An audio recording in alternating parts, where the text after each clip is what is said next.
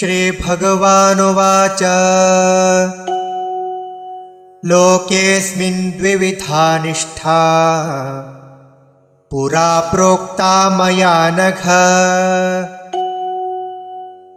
ज्ञानयोगेन सांख्यानां कर्मयोगेन योगिनाम्।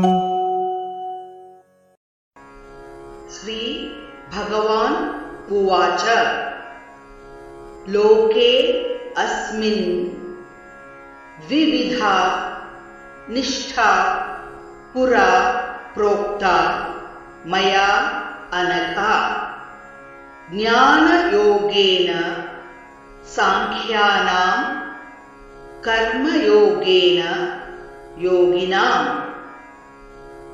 श्रीभगवानुवाच श्रीभगवानुवाच लोकेऽस्मिन् द्विविधा निष्ठा लोकेऽस्मिन् द्विविधा निष्ठा पुरा प्रोक्ता मया नघ पुरा प्रोक्ता मया नघ ज्ञानयोगेन सांख्यानां ज्ञानयोगेन सांख्यानां कर्मयोगेन योगिनाम्।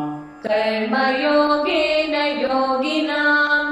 लोकेऽस्मिन् द्विविधा निष्ठा पुरा प्रोक्ता मया नघ लोकेऽस्मिन् द्विविधा निष्ठा पुरा प्रोक्ता मया नघ ज्ञानयोगेन सांख्यानां कर्मयोगेन योगिनाम्।